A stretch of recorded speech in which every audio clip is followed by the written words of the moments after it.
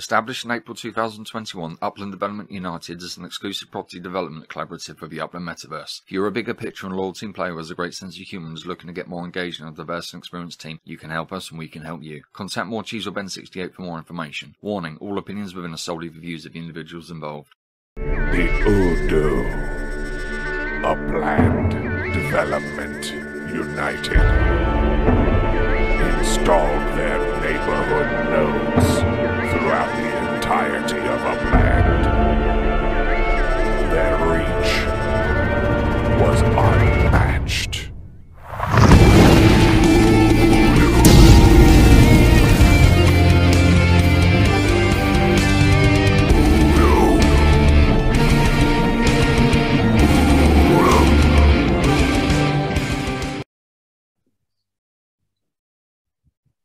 Hello and welcome to team meeting number 26. Today is the, 5th for you guys, 5th of October.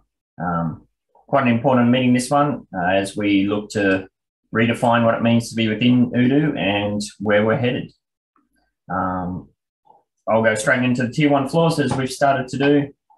San Francisco, we've gone from 19K to just under, so it's pretty stable. Manhattan, 42K up to 44. I've been getting a lot of sales there recently. Even I've put some kind of stretch ones around at different prices and they all seem to be getting snapped up. So I don't know if people are working on treasure hunt maps or whatnot, but plenty of action in Manhattan. Chicago's dropped. It was, what was it last week? 4.4. It's dropped right down 4.3, that kind of mark.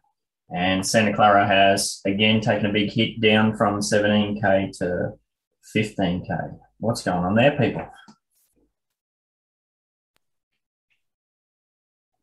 Everyone getting liquid, FOMOing in to the vanilla. Yep, everybody needs liquidity. They're willing to sacrifice everything they've got to get it. I'm not sure why they want to sacrifice Manhattan though. Like, if anything, I'm always looking for a good Manhattan deal. Like, I kind of almost want to use this as a way to maybe get more Manhattan. Well, that's the only one of the 4 that I just ran through. Manhattan's the only one that the floor's gone up. Everywhere else is down. I hate to think what places like Bakersfield and whatnot are like. Bakersfield. Crash and burn. Yeah. Bakersfield. Sorry. And yeah, we just had my laptop's having a hissy fit and I may drop out and disappear at some stage. Cheese train update. We'll get straight into that. Cheese train update. We're almost there. We have about 1 day left on the last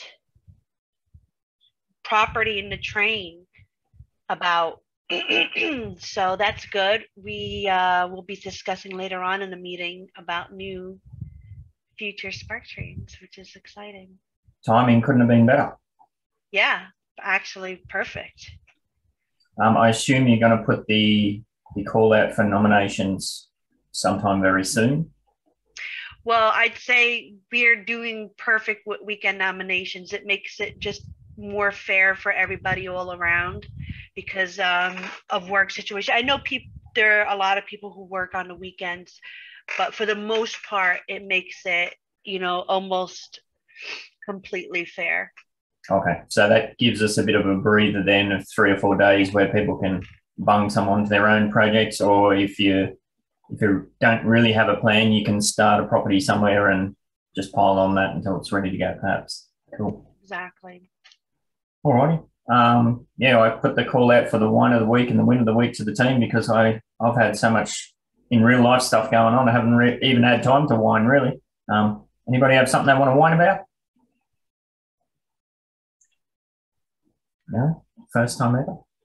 I know, that's pretty good. All righty. Win of the week. It's got to be the New Orleans release, surely. Definitely. That was pretty awesome with the vanilla. I mean, even though it did have a few issues, of course, that's that's going to happen, whatever. I thought it went really smooth. I was able to get a few things that I wanted. People were not complaining that much for the most part. I was in the Upland Cafe chat.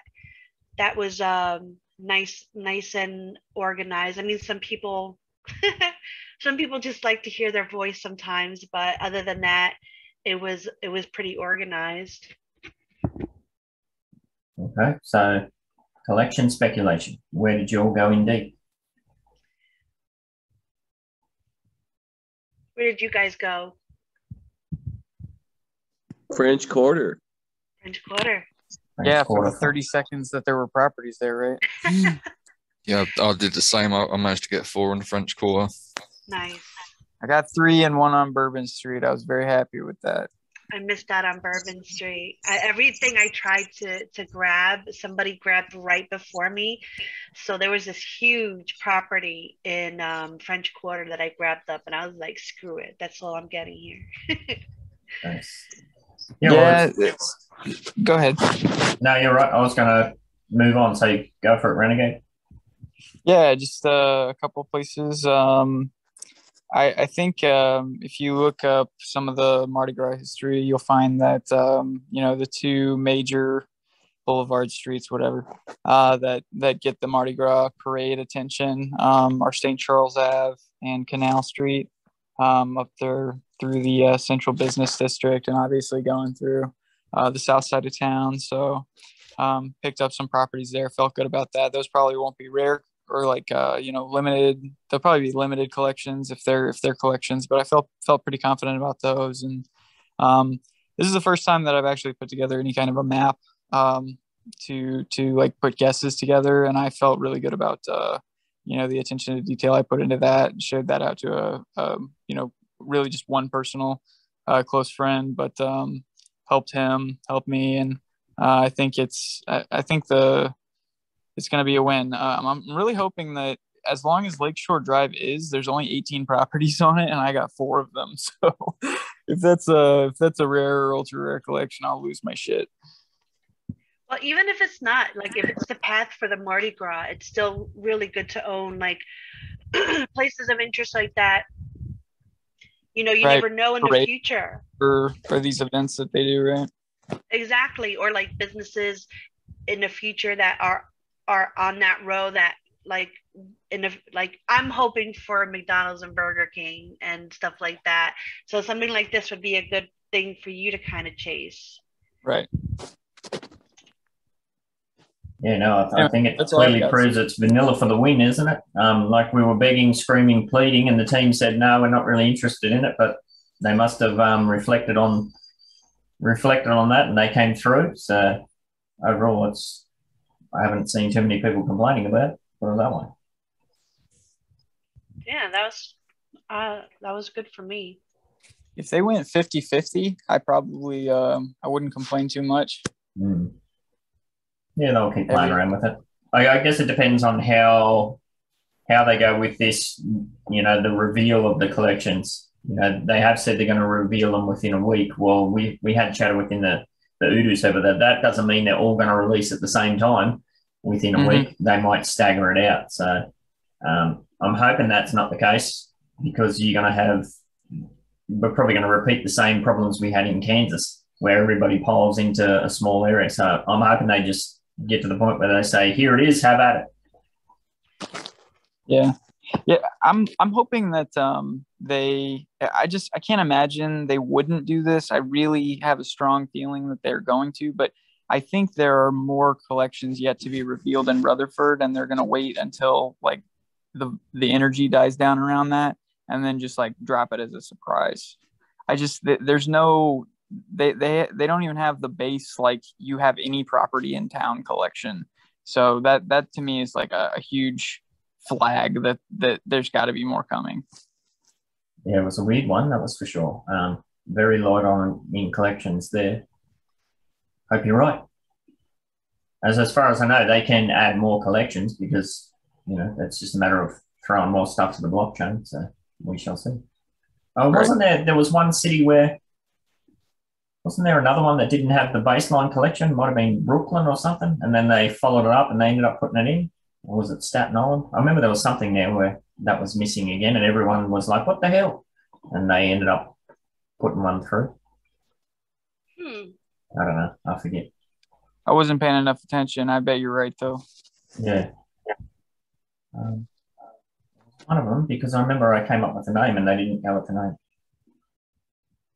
Yeah, anyway. So yes, save up some liquidity for when they do finally release the collections. That always gets people caught with their pants down too. I know when Manhattan, when some of those collections were released, everybody had gone so full on in speculation that once the speculation period had ended and you had everything written down, nobody had any money. So yeah, try and keep some stacked away. And that moves on to the next point where we've been talking internally about, node stacking, squirreling some UpX away for a new node play. Ultimately, we decided not to go for that in New Orleans for a variety of reasons. And yeah, I know probably better than a lot of people that it's very difficult to maintain liquidity. It is one of the hardest things to do in the game. So yeah, I guess we need to take some time to count the damage and refocus and set a new goal. Somebody in the chat came up with a good idea. Was that Eric? I don't know. Somebody came up with, was it not Brooklyn? What's the other B word? The city, not the Bronx, not Brooklyn, Boston, wasn't it? Bakers. Oh, not Bakersfield. Yeah, Boston's up there though, in Massachusetts. Yeah, somewhere like that. Yeah, Eric's saying Boston. So yeah, somewhere like that. We don't know what's going to happen in Nashville or anything. The FSA situation in New Orleans was a bit tough at 20%. It was cool to see Icon made a push for a node. I was following on with some of their chatter as they were getting ready, and they pulled that off. I know. I think everything got released at about 1:15 my time, and I just happened to wake up to go to a midnight toilet break at about 1:30 my time. And the first thing I did was go over there and see if there was any properties to mint in there, like their node target, but it was gone. Everything was gone except FSA. So yeah, that was really cool to see. But yeah, it will be good for us to restack, reevaluate, and do something similar in the future.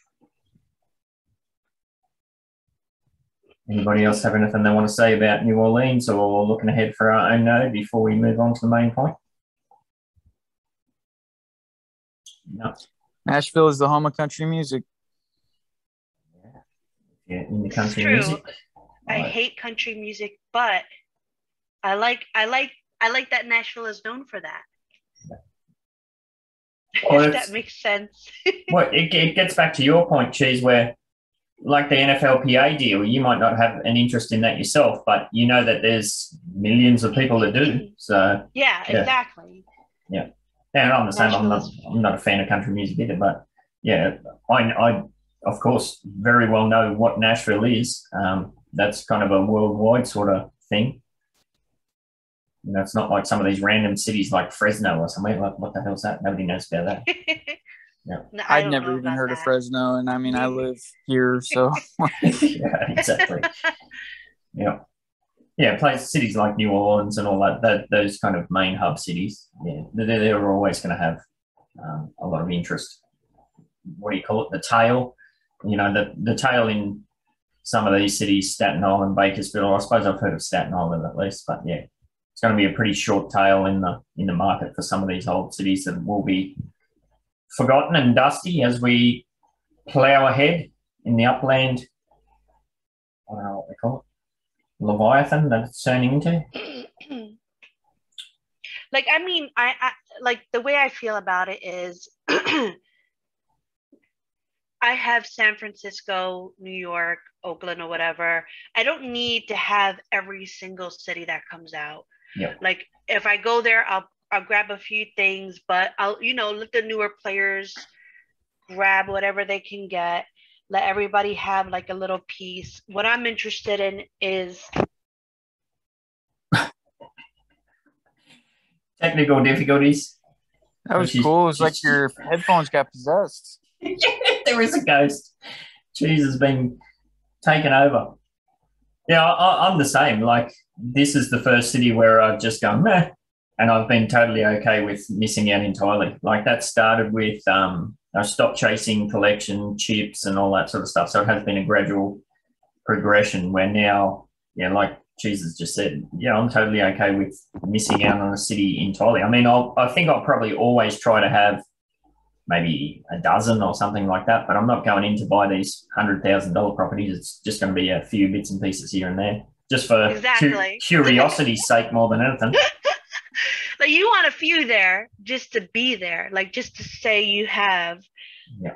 or whatever. But yeah, I mean, I'm going to concentrate on the places that I already have stuff.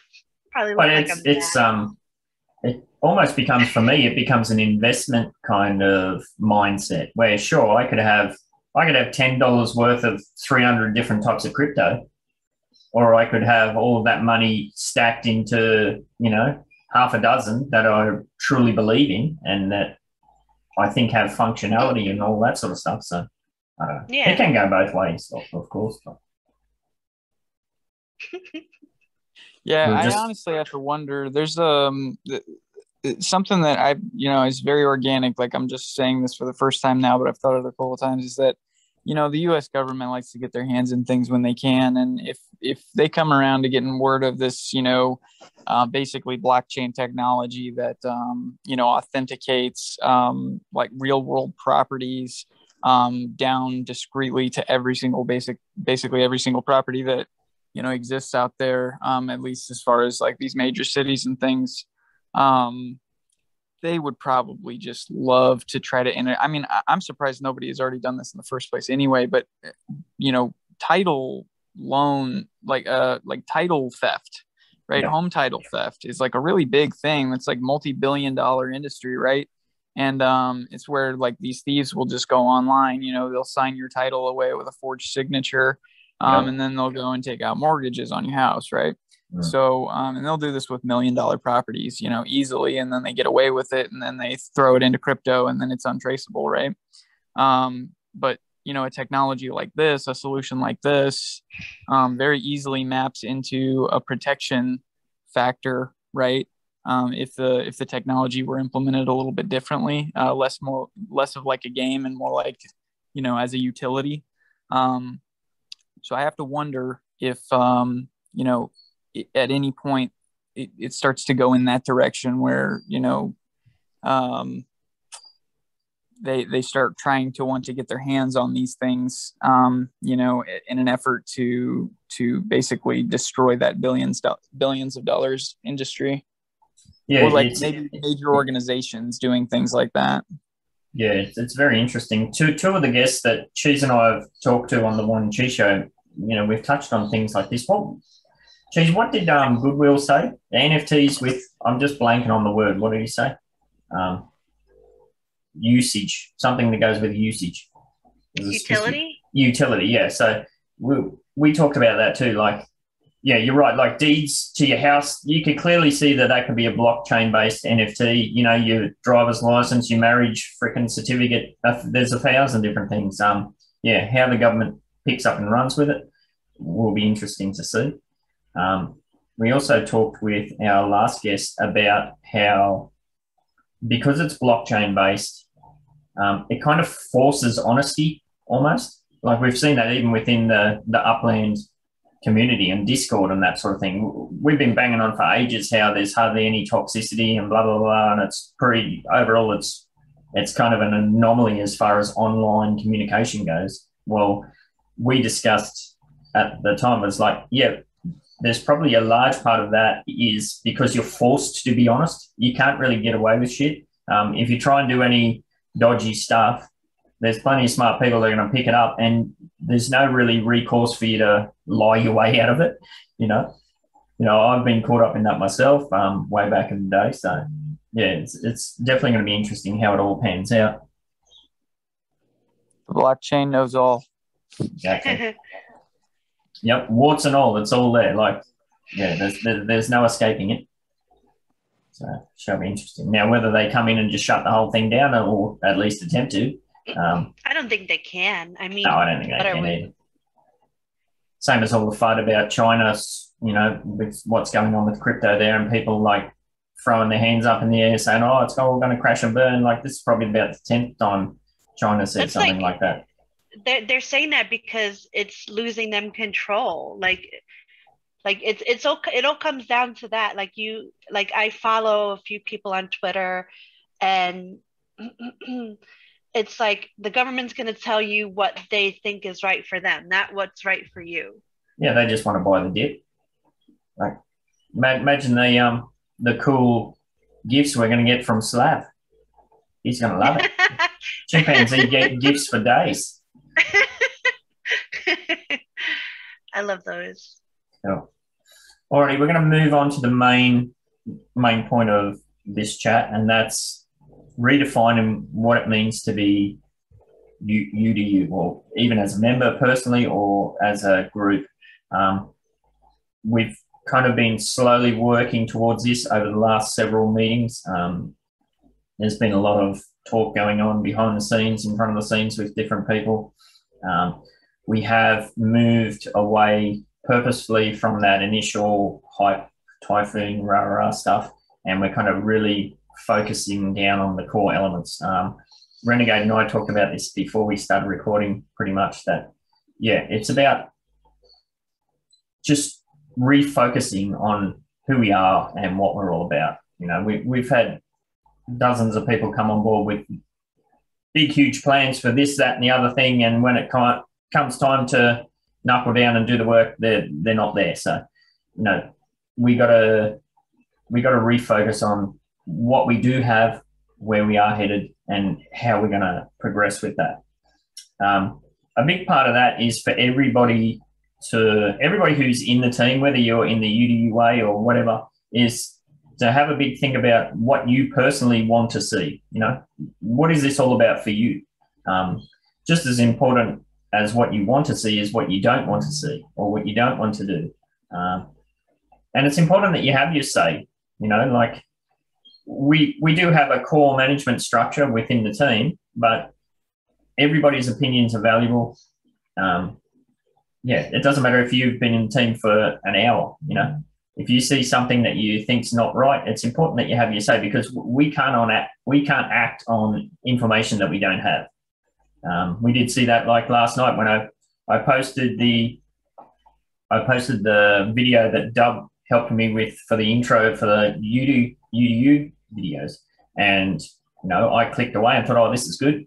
And then everyone's like, that's way too fast. I can't understand what it is. Like, and we worked through it and we kind of fixed it up. It's even something as simple as that. Like, yeah, we can't work with information we don't have. And there's no point if you have something on your mind, yeah, say something.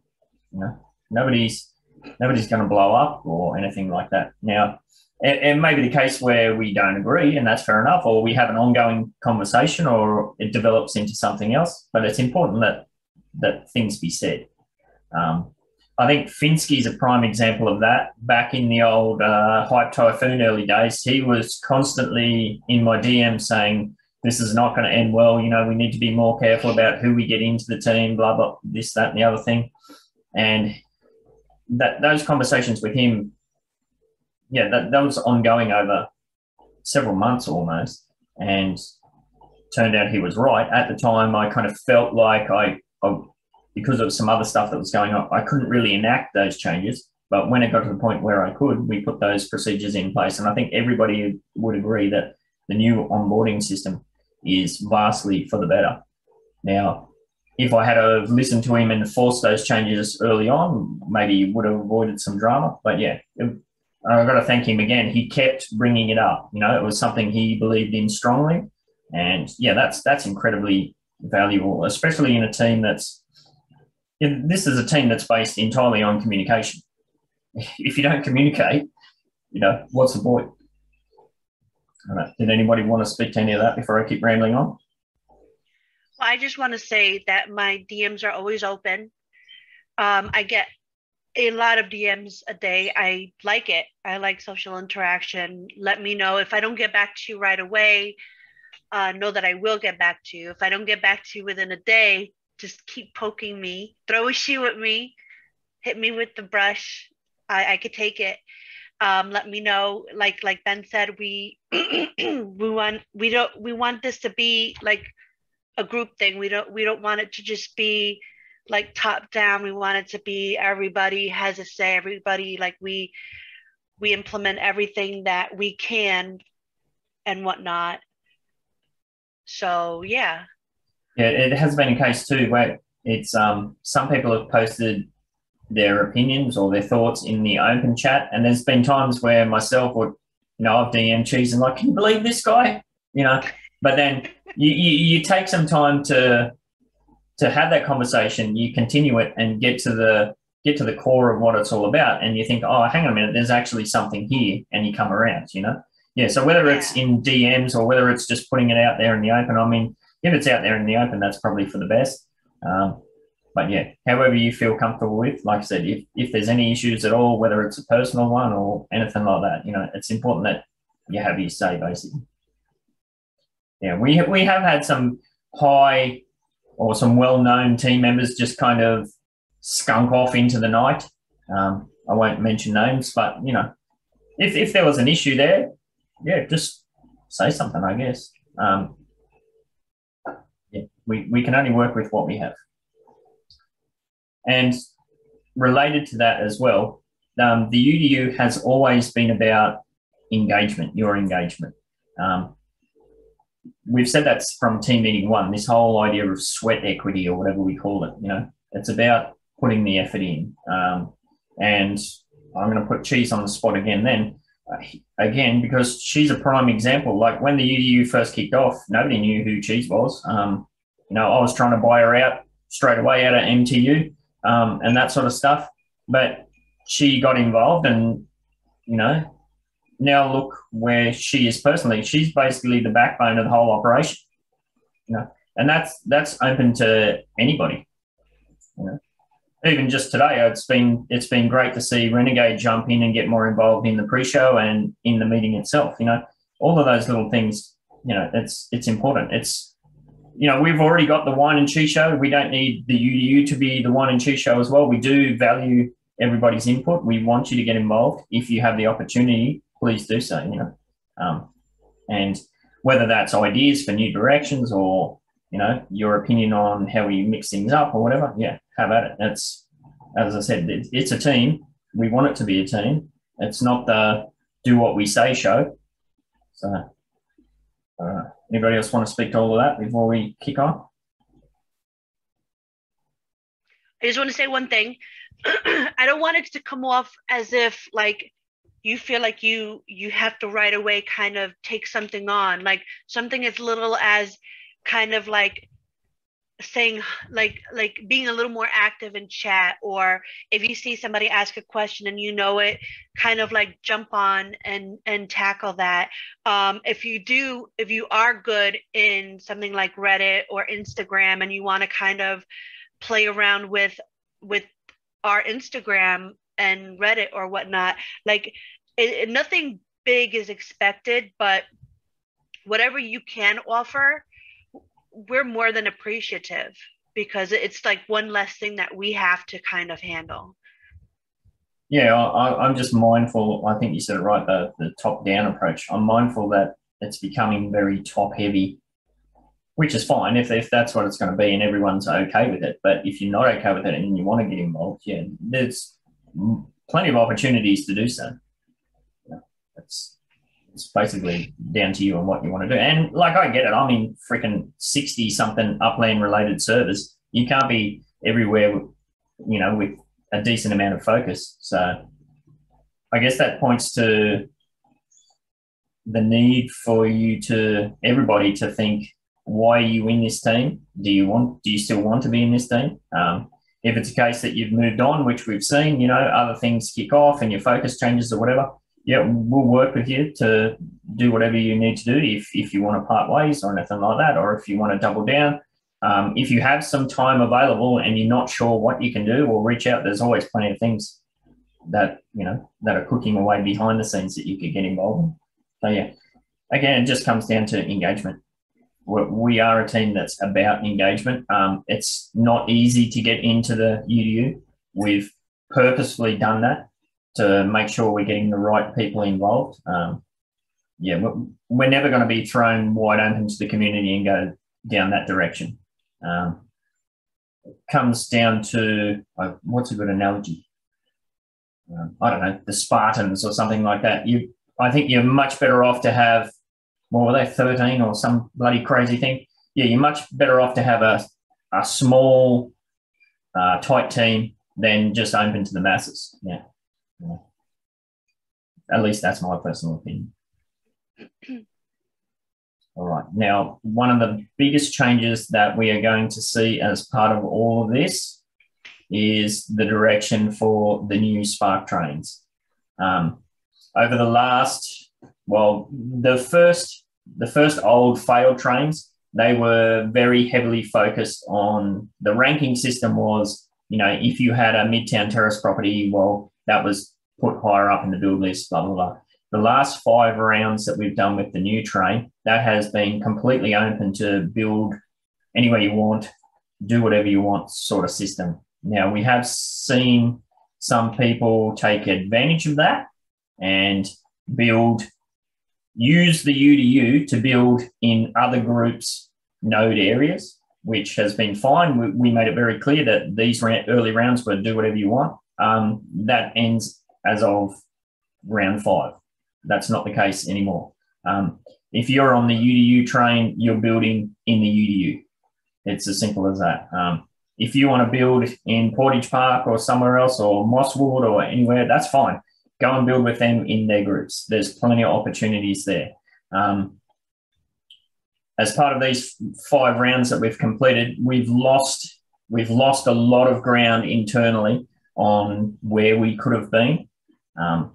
Look at the name of our group. It's Upland Development United. If you're not on board with that idea, if you don't want to build within UDU nodes, then you probably need to reflect on why you're here, basically. I don't know. I hope that doesn't come across as harsh, but yeah, if you're in Upland Development United and we have the areas that we're focused on building and you don't want to build there, well, what's the point? Can I get some feedback on that before I move on, please? Okay, I want to. Go ahead. No, please, you. Sorry, there's a little bit of latency, right? So I end up talking over people on accident. So I apologize. I'll keep going though, like you said.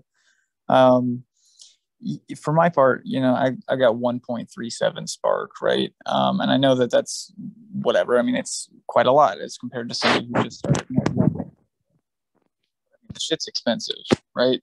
And yep. so when they open up these Spark sales, I register for them just to see, if I can get in on it, whatever. And normally those opportunities do come in where I can, get in on 1 or 2 of those, sale components, right? But it's like, can I really put $600 in on something that just helps me build buildings faster? So I think I'm more like, limited by the fact that I know that Spark will come as I reach, executive status and things like that. There's a couple of more, guaranteed Spark increases as I level.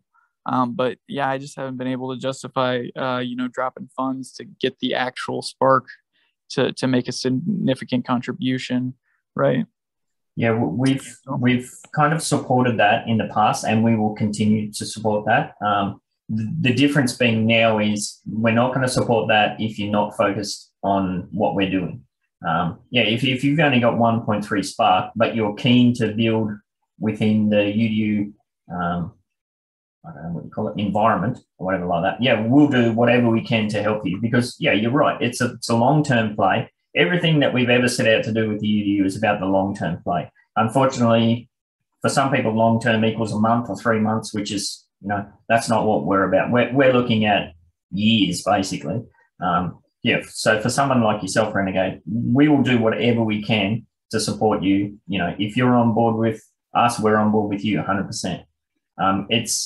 The issue is where we have people in the team who have 6, 7, 8 Spark, and they're putting the bare minimum into what we're doing here, and then they're using their max elsewhere. That's fair enough. If there's no obligation, even if you're in the team, there's no obligation that you have to be involved in the Spark train. But we've reached a crossroads where you're either on the Spark train for the UDU or you're building with somewhere else. And again, that doesn't impact on your overall membership, although, as I said, you kind of got to reflect on what's the point of you being here if you're not on board, sort of thing. Yeah, for sure. I would say that that's as I start to like, I've got like 2 very small, little townhouses, put up in Fresno. I built them myself. I'm real proud of them, right? I'm just kind of going slow with it, but I guess I'm also trying to understand, something like a spark train, right? I guess I get the principle of that, but and then for consistency's sake, it's actually nice that there's some automation in the Discord server that helps to regulate some of those things, right?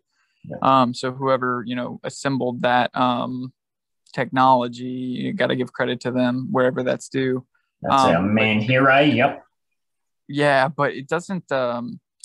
I guess it's not like intuitive as an entry point, right? There's no like intuitive way for me to like jump in and go, oh yeah, no, this is what I should be doing right away, to help or to be involved, in a clear layman's, I guess, way. I think it's probably very intuitive to those who have already been involved, and especially those who have, already had some properties built out, benefiting from that collective spark train. But it's just a little bit harder to understand from the outside, I think. Well, I think that's Upland in general, isn't it? The onboarding process with anything to do with Upland is quite a big hurdle to get over. But yeah, you're right. Maybe we can improve on that internally. As for what the spark train is all about, ultimately it's about helping other team members who aren't in the same position that some of us are. Like, I've got almost 10 spark. I would be far better off just building properties myself. But I'm willing to use the vast majority of that to help out the team, to do stuff for the team. Like, and to combat that, I'm renting 20 additional spark to do what I want to do as a side project.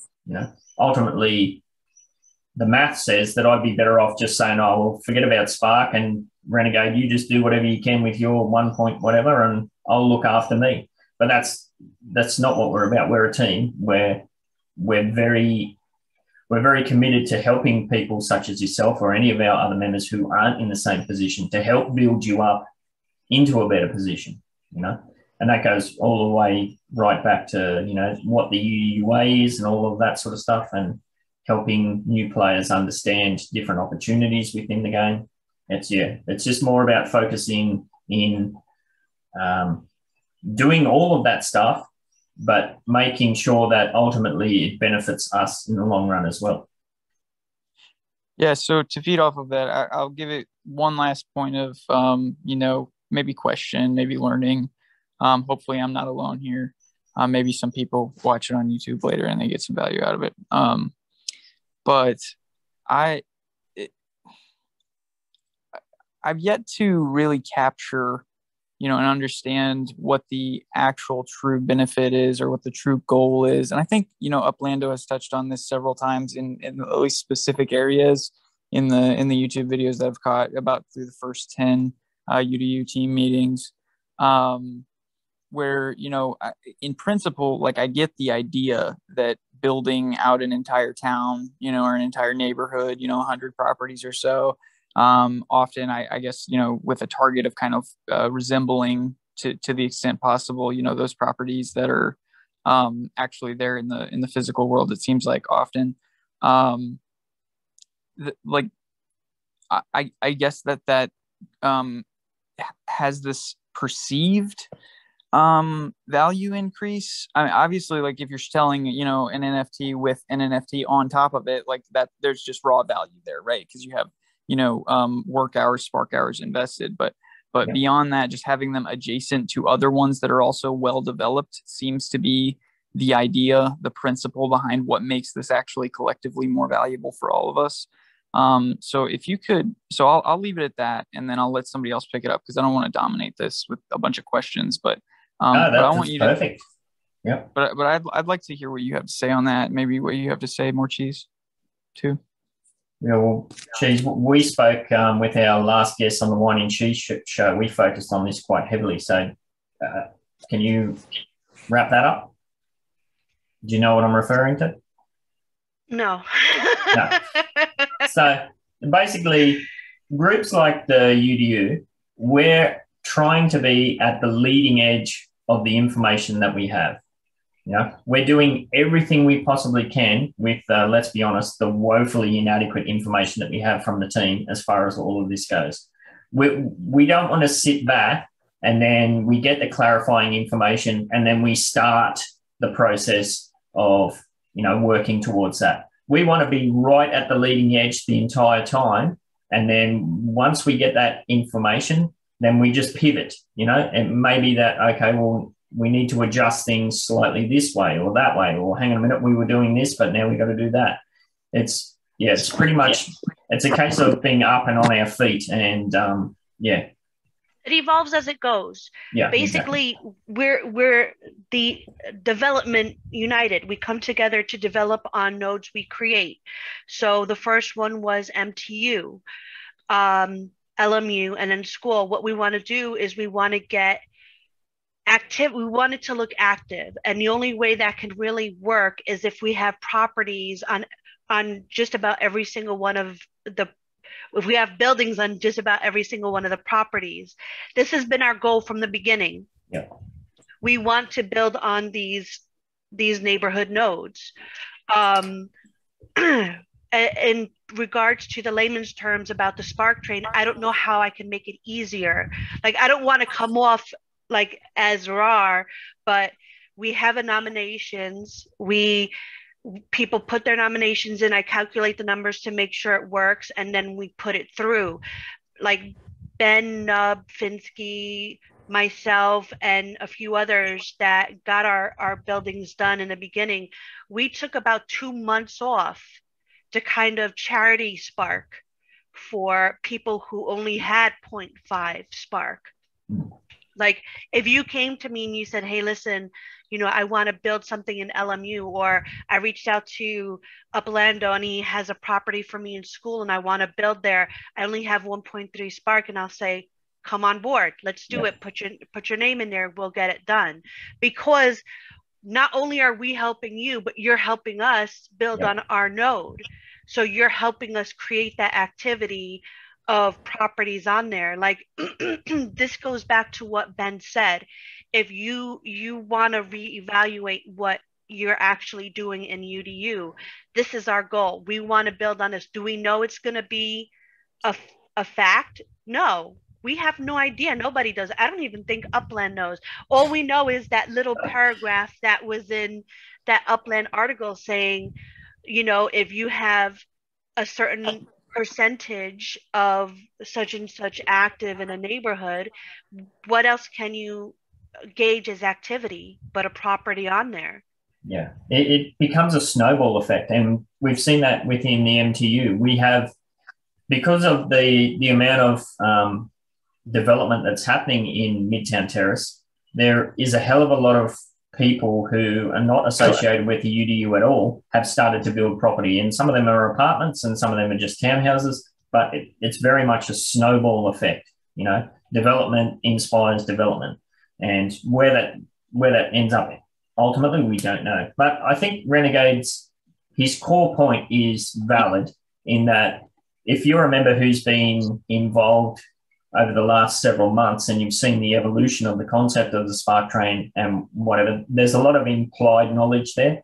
I guess we need to be mindful if you're just joining Upland and then you go through vetting and you join the team, it's quite a big hurdle to wrap your mind around about, you know, what is this all about? So maybe we can put a one-pager together or something like that, one of those one-pager documents where if somebody like a white asks, paper. Yeah, just we can put it out there and say, here you go. Hey, Ben. Or you could DM me and I'll just explain it to you. I mean, I'm not good with that kind of stuff. Whoever wants to write it out is fine. I'm more of a talk person or whatnot. Yeah. Uplander? Okay. Yeah. Well, I appreciate you guys anyway. Thank you for the detail. Yeah, I just wanted to further on that, the conversation about having a limited number of Spark and how expensive it is. And then to Ben's point, you know, having 10 Spark plus. The incentivization, you know, incentivizing players in those nodes are the rewards that you get for sticking in there and going with those nodes and really trying to build out those neighborhoods and to what those are going to be. You know, there is also that where now some of the legacy players are combining Spark, and you have 10, 20, 30 Spark. So you may have your adjusted number for your personal Spark that you have in a train, on a Spark train. But for those nodes like school, I'm going to be incentivizing players to build there, to start there. And then I'm going to dogpile 20 plus Spark on that. So it you know, it's going to magnify your Spark that you have, your building power, so that I can have, and we can have building structures to once again be ahead of the game. So keep that in mind. That's one of the big features for having, you know, being in the UDU. Yeah, teamwork makes the dream work, or whatever they bang on about. Yeah, exactly. You help us, we help you. You scratch our back, we scratch yours. That's what this thing has been about from the get-go. I can attest to how good that works. When I started, I think I only had like 0.7 Spark. So there was nowhere in hell I was going to get a building built on any of my properties for a long time. But being part of the UDU, I've managed to help out so far on every round of a train you've done. And in only one round did I actually, you know, nominate property for myself. And I really enjoyed that, because I think for the first, I think it must have been 3 or 4 rounds, I was putting my little bit in, which didn't seem like much, but it helps make the general pile bigger, doesn't it? And like you just said, it is back scratching. You know, I've done my bit to help other people get their buildings built and their properties. And then when I got for waiver, I wanted one done, plonked my property on the list. Within a week, I've got a building on my prop. Yeah, like it's perfect. You know, when I joined the UDU, that was kind of the main reason I joined, and it was the core principle that I took from the little bit of reading I did. But it was, like you said, a development crew. You know, it's a load of people trying to help develop properties and buildings. Unless you're a whale, you're never going to be able to do this sort of stuff on your own. And I think doing it as part of a group is just that much sweeter, because like together we're working to build this little metaverse up and then make it, you know, a bit more full of life. Yeah, and it's about visibility within the team, and you're a prime example of that. Like, I think, what have we got in the server? Over 100 people. Like, I don't know. I don't have a relationship with all of those 100 people. It's not that I don't want to. It's just about visibility. Yeah, I've got a shit memory at the best of time. But, you know, if you're somebody who pops up all the time, if you're getting involved here and there and everywhere, it's about that engagement again. You know, yeah. And as I said, Dub's a prime example of that. Pretty much anything he can get involved with, he does. And, you know, that will, assuming he sticks around, that'll serve him well in the long run. Like you said, you with only a limited amount of Spark, but by the end of the year, you're probably going to have 4 or 5 properties built, which you never would have been able to done on your own. So, yeah, exactly. I mean, I think I'm up to like 1.33 now from, you know, various giveaways and cities not releasing very well. But you know, it's perfect for everyone. You know, everyone gets together, chips in the little bit or the big bit they've got, and everyone together rises. It's awesome, and it's just great to be a part of. Yeah, well, you get known within the team. So when it comes turn to, you know, new collections come on board and collection swap opportunities come through, there's no, you know, I wouldn't hesitate for a second to loan you a collection to grab the bonus or whatever, because, you know, you're a known factor. You're not some kind of just a name in the member list, basically. I appreciate it, dude. Yeah, and that goes to everybody, you know. Yeah, I was going to say, you know, it doesn't take much to get in on that sort of extra little bit of a level. I'm not the most confident and outgoing of people. I very rarely speak on these, but I'm totally happy and confident to tap away to someone and ask a question or to, you know, like say, get on board and help in any way. Cool. Like, you know, you don't have to be doing everything, you know, to suddenly get this massive amount of attention.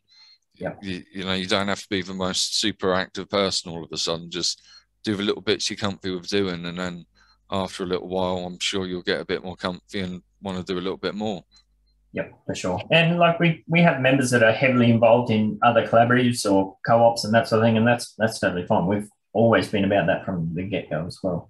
I will bring up a thing that I asked Banana to do up for me, Human Sim. This will help guide us a bit as we move into that new stuff. So can everybody see that? Yeah, good to go. Yeah. Yes. So we have the UDU SparkTrain property registration flowchart, which is a bit of a mouthful, but so first question you need to ask yourself is, do you want to nominate a property to be built by the UDU SparkTrain? If the answer is no, fair enough. That's a lot of commitment, but no commitment equals no spark for you. Like I said, you can be in the UDU team and not involved in the SparkTrain at all. That's not an issue there. Although, take some time to reflect on why you're in there, perhaps. If the answer is yes, now we have seen this bump up. I forget, what were we at initially, Morecheese, as far as percentage? I think we were down to 50%. We were 75%. I think we bumped up to that. I think we started way lower. In the way beginning, we had no percent Oh, commitment. it was only a minimum. Yeah. Yeah. Yeah. So this is one of the ways that we can kind of avoid that situation where basically people are taking advantage of the system, basically. So we've played around with the percentage. So the next question is, are you willing to commit 80% of your spark balance to the UDU SparkTrain? If the answer is no, again, that goes back to fair enough, but no spark for you. If the answer is yes, do you have a minimum total spark balance of 3 or more spark? Now, we've already talked about this quite significantly. And if the answer is no, then send Morecheese a DM. Yeah, exactly. Like, it doesn't mean you're not going to be involved, but obviously there needs to be a limit on what we can do there. We can't have 10 people on the train that have hardly any spark because it just slows the whole process down. But there will 100% be avenues to help work with you in that regards. So, yeah, don't think that because you don't have a high spark balance that you can't get involved. As we've discussed at length, that's not the case. But, yeah, just send Cheese a message and she'll work with you. If the answer is yes, do you own any properties in any of our UDU nodes? If the answer is no, send me a DM. There's plenty of opportunities to get involved.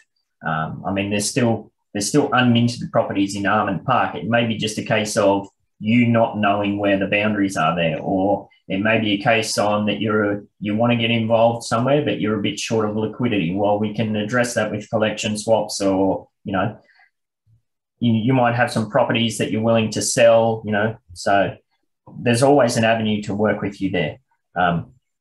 If the answer is yes, you do have some UDU node properties, then great. Now, this is probably the core point here.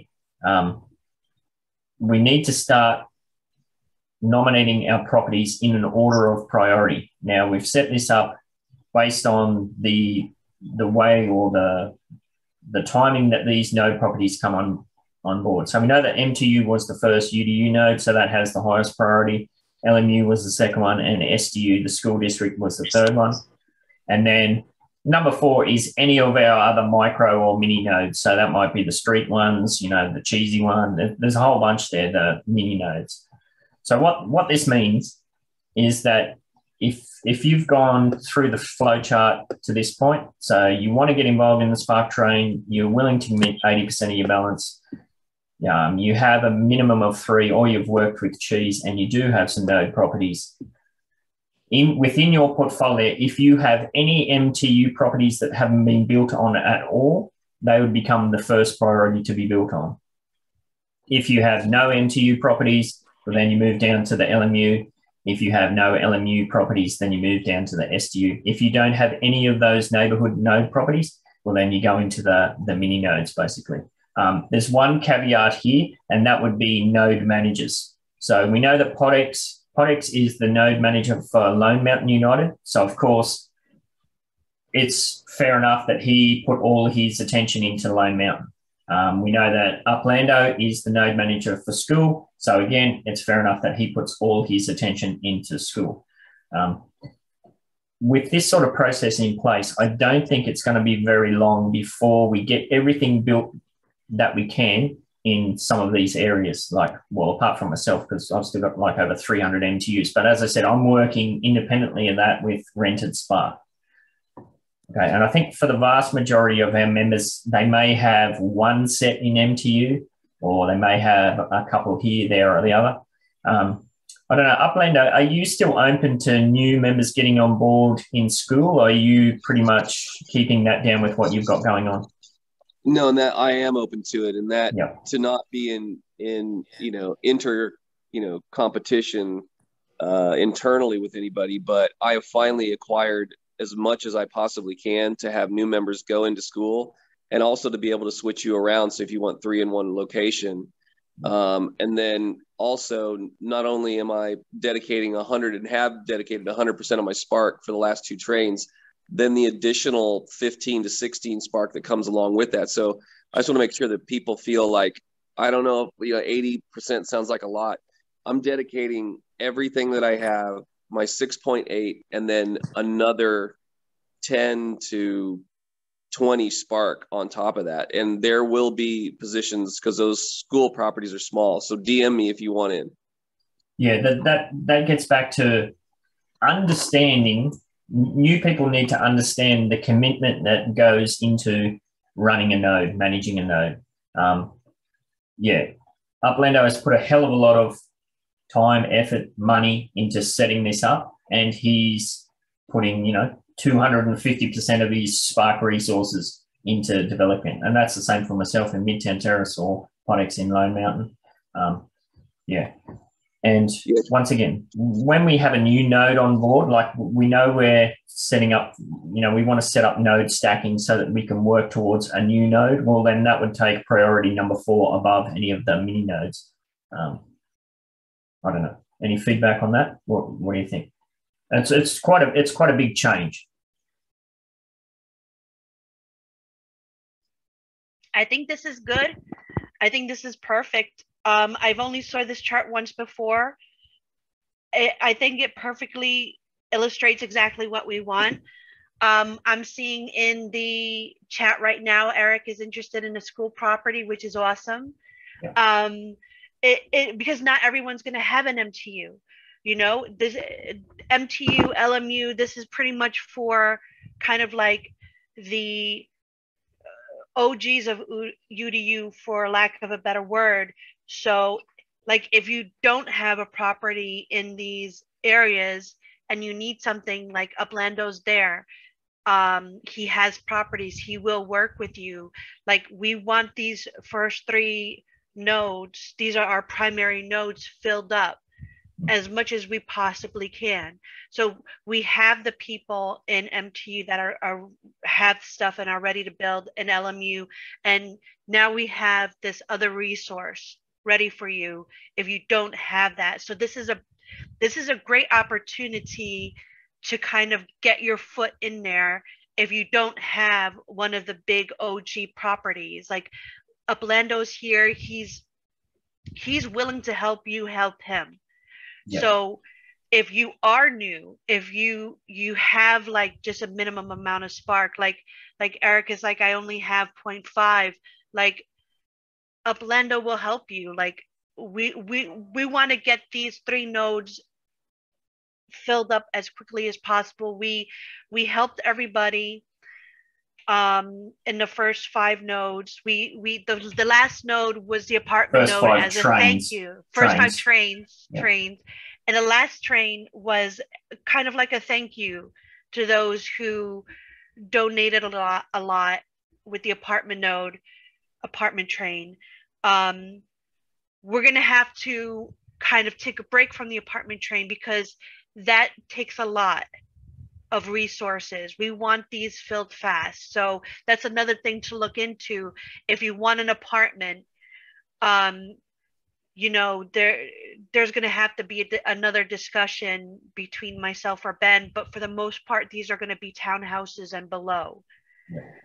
And can I just real quick? So again, the school properties are very small in size. They can do townhomes, things of that nature. And here's the thing. A lot of the stuff about the buy-in and everything else, one of the things at school is charitable and it's civic. Okay. So you're going to get, this is the thing where the trust comes in, and building with these people and these groups of UDU, you're going to get a way to come into one of these nodes and then you just have something built on them very quickly within a price point. Again, I have never sold a property in school. So just let that sink in a little bit, because I'm willing to trade and do things so you can get in there for the longevity of what it's supposed to do. Education and charity, civic minded. So have that in mind when you go in. If you don't want to do that, school's not for you. But if you do, there's a good way to get in. And it's the long-term mindset. Don't get involved in this if you're looking to flip. There's plenty of other groups that you can build with. Like there's literally servers. That's what they do. They build with you to help flip properties.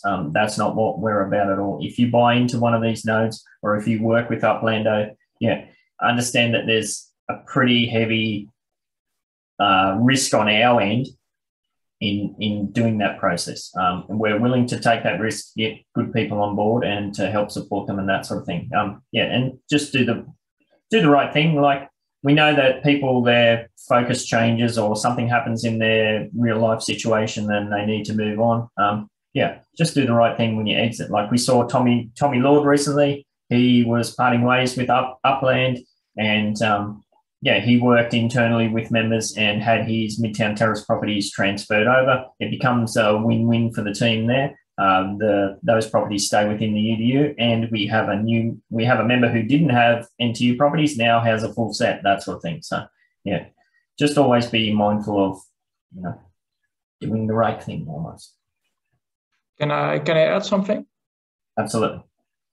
I joined a bit later, so I did not really know what has been covered or not, but I heard the question of LMS Renegade, and I think it's a good question. And I also typed it in the chat. I think there are different ways to look at it. And when you play an economic game, I mean, you basically have to ask yourself the question, what type of player do I want to be? And I think that I want to be a player who is an early adopter. So even there is, how much do we actually know? Well, not a lot, but what we do know is that we can develop right now. We know that there will be collection scores. How that will be determined exactly, that's something that we do not know. But like what Ben said, I mean, how do you want to play this game? Do you want to react after news, or do you want to anticipate and, be like that early adopter? And I think that that's what we are doing, and a lot of groups are doing, and we definitely want to be ahead. And just have a cool team and build. So I think that's the basic idea behind it. I think that's an excellent piece of information that maybe just ignorance, whatever. I missed the memo. And maybe somebody alluded to this earlier, right? But we're going off of basically one paragraph worth of information. I wanted to see that paragraph, looked around for it for a minute, got distracted during this call, and then went back to what I was doing. But yeah, so that essentially what you're saying is that paragraph, indicated high activity neighborhoods may then become collections later. And what you're also saying is that above a certain percentage, right, which is why we have a target percentage of ownership in those nodes, as well as that would explain to me. See, this is another thing that was kind of a point of like, well, why aren't we doing this? Is you guys target non-collection neighborhoods, right? And I didn't specifically understand why, other than, well, it's going to be harder to get in, get full ownership over collections neighborhoods, or higher buy-ins if they're known when you do it. So that makes a lot more sense to me now. See, the motivation is key. And the information that we're going off of, that's what I was missing. So there's this, we're operating under the idea that hopefully, we do enough in these different places before, the deadline hits, whenever that deadline is, that they look at, these neighborhoods and say, yeah, these are high activity neighborhoods. These people are building together and working together. This whole place is a collection. Yep. That's a big deal to me. Okay. See, that changes my mindset on this, right? Yeah. And until recently, even myself, I wasn't aware that collection could be upscaled. So say, using Midtown Terrace again, we might get to the point where we become a limited collection. But then if we continue to develop and our neighborhood score, it keeps improves to the next threshold, well, then it can become an exclusive collection or a rare, or who knows, even maybe an ultra. We just don't know at this point. But yeah, you did right. We're just working with what we have. But yeah, that's something that I only became aware of myself very, very recently. Yeah, but you look like you wanted to finish up. Yep. Yeah, but it's anticipatory. I think that's the word we should use. I mean, we can just, I mean, do we know everything? No, we do not even know the percentage that you need. Or like, let's say if it's 50%, let's say if it's 20% built, then it will be a limited collection one in terms of boosting earnings. If it's 40%, it might be exclusive. But I think it's better to just start building. Yeah. And be ahead of the message, because once they say, hey, we can build and we have the details, then you are perhaps too late. So it's anticipation. But I do think it's good, Renegade, that you join the meetings and ask these questions, because sometimes because we're always involved with Spark, maybe we just assume that every member knows about it. And I think that's a very good thing that you questioned it and ask questions about it. That's 100%. Very useful and helpful. Yeah.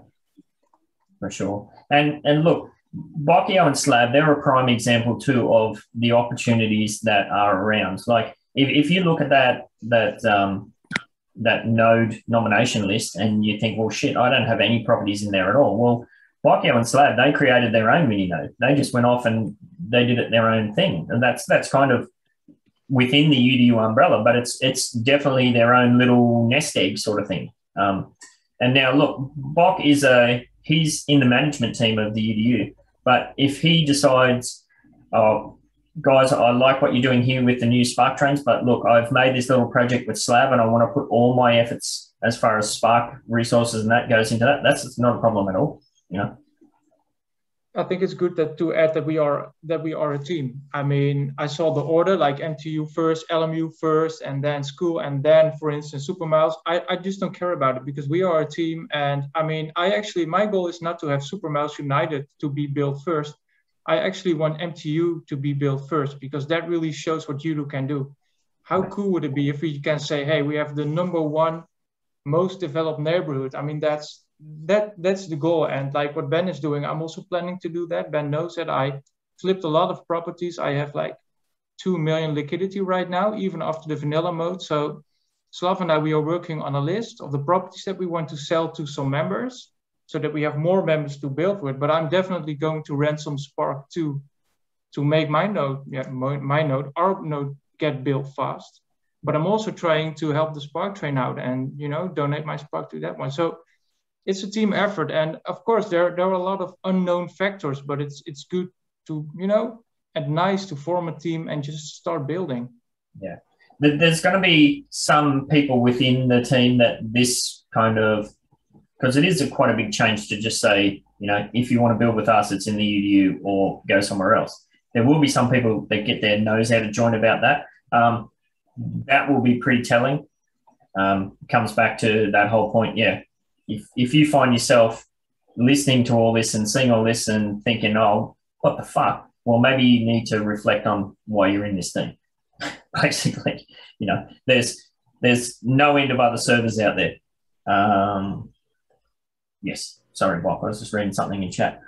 Alrighty, so I think we've covered all that. This is all going back to moving away from that legacy hype typhoon. We're not focused on chasing squirrels. Oh, we're going to do this and we're going to do that. We're working with what we are actually doing. We're stripping down all the fluff, all the bullshit. What are we about? Well, we're Upland Development United. It's about getting together and building in our core neighborhoods. That's what we've been about from the get-go. We've lost focus a lot. UDU version 3.0, from this point on, we're all about refocusing and a really narrow kind of focus almost. Bocky's got his pinkies up. Yeah. Speaking of that, that's a perfect segue into Wine and Cheese Show. Cheese, can you give us a wrap up? We did speak to Goodwill recently and you put an awesome cultured redneck NFT together. A Canadian redneck. So they do have those. And I'm surprised I didn't realize this earlier because I do watch that show, Letterkenny. Oh, and Trailer Park Boys, that's the classic one. Oh, are they Canadian? Yes. Oh, wow, okay. All right. Do you want to share it, or am I able to? I don't have it up ready. Let me see. Keep blabbing away and I'll pull it up. Blah, blah, blah, blah, blah. Can you speak to how many NFTs have we got? Do we still have any left for Lil or Cody or anything like that? None for Lil. We have a few for Cody, and I think maybe just one left for Colosimo, if we even have that. That one was pretty popular. Yeah. But I'm starting to lower the quantity of NFTs for our wine and cheese episodes, just to make them a little bit. They went from 500 quantity to 250. So once those are gone, those are gone. There we go. So we have in there. You should be able to see that there. So TikTok like Jimmy, if you listen to that episode, you'll understand the reference there. Yeah, and it's a bit of a caricature of his face. You can look at the interview, the wine and cheese episode, and see how I did. And that's a painting of his husky right there. Yeah. Now we did put a special midweek episode together, which ended up being a marathon 2-hour episode. That was heavily Upland focused. I can say within the team that was forgetting the word. What was the word again? Crossover. Thank you. That was a crossover. That was a crossover recording with Scooby and Cam from Icon, which was very cool. So we kind of did our usual chit chat back and forth thing as part of that episode, but then we took a deep dive on the Upland roadmap, and with the four of us, we kind of went through and the hits and the misses and all that sort of thing. So that will be coming out about this time tomorrow. So a special midweek episode 5 of the Wine and Cheese Show. So keep your peepers out for that one. I think it was a good one. We covered a lot of stuff. And if you yourself are not somebody who's had a look at the roadmap or whatever, it'll be a good one to get you up to speed with, some of the nice hits and some of the massive misses. I think we could say who we talked to, or did you already did? I already said it. Blanked out. Yeah. I was reading the chat in here, so yeah. This is what Ben has to put up with me. Yeah. So that opportunity came up with those guys to have a chat together. So we put that out as a special midweek episode, and we will be recording another one on Friday that should come out at our regular Saturday slot, and that's going to be a good one too. It might be the shittiest one yet. So yeah. All right. Yeah. Go ahead. You're looking forward to it? Yeah. Oh, yeah. All right. Moving on, and as we wrap up, we did have the UDU intro challenge video thing, and we had 5 people submit some different paragraphs. I went back to my university days, and I got everybody's quotes, and I color coded them in different colors, and I chopped it around, and at the end of it, I saw that everybody had a little color in there. So I decided to split that 5 ways, although Cheesy hasn't put out to get her 10K. I definitely did yours, because yours was the, I forget which part it was. It was the contact or something like that. So definitely everybody had something in there. There was colors from everybody. So, yeah, I know. Yeah, I'm getting the brush. Hopefully I don't get the knife. I included the letter A. That's what you use. Yeah, Upland Development United. Yeah. So, as you saw within the survey yesterday, I'll put that together. This will be the first episode that little snippet goes at the front of. It's a bit hard to understand. Like I said in the chat, my ears are so used to listening to things at high speed that, I kind of take for granted sometimes, especially like Bock was fair in saying, some of our members, English is a second language, so it's quite a challenge. So. It's Dub talking, so all you have to do is listen to his beautiful voice. Yeah, and yeah, thanks again to Dub for doing that for the UDU and also the wine and cheese, the intro for that too. That came out really well. My pleasure, man. I'm just happy that you didn't put the Where Art Thou in there. Where Art Thou, Bocchio? Yeah. So yeah, if you're listening along and you like those smooth, silky sounds coming from the Dub man, reach out. He's keen to get involved in some more voiceover work. And yeah, I'm gonna start putting his details in the links of the descriptions of all the stuff as well. So, all right. Appreciate it, dude. Awesome. Unless anybody has anything else they want to add, we'll wrap this up. All good. Alrighty. So yeah, some big changes underway, but ultimately they will be positive and will help us move forward in, might not be bigger, but will definitely be stronger. Okay, thanks everybody. We shall catch up with you.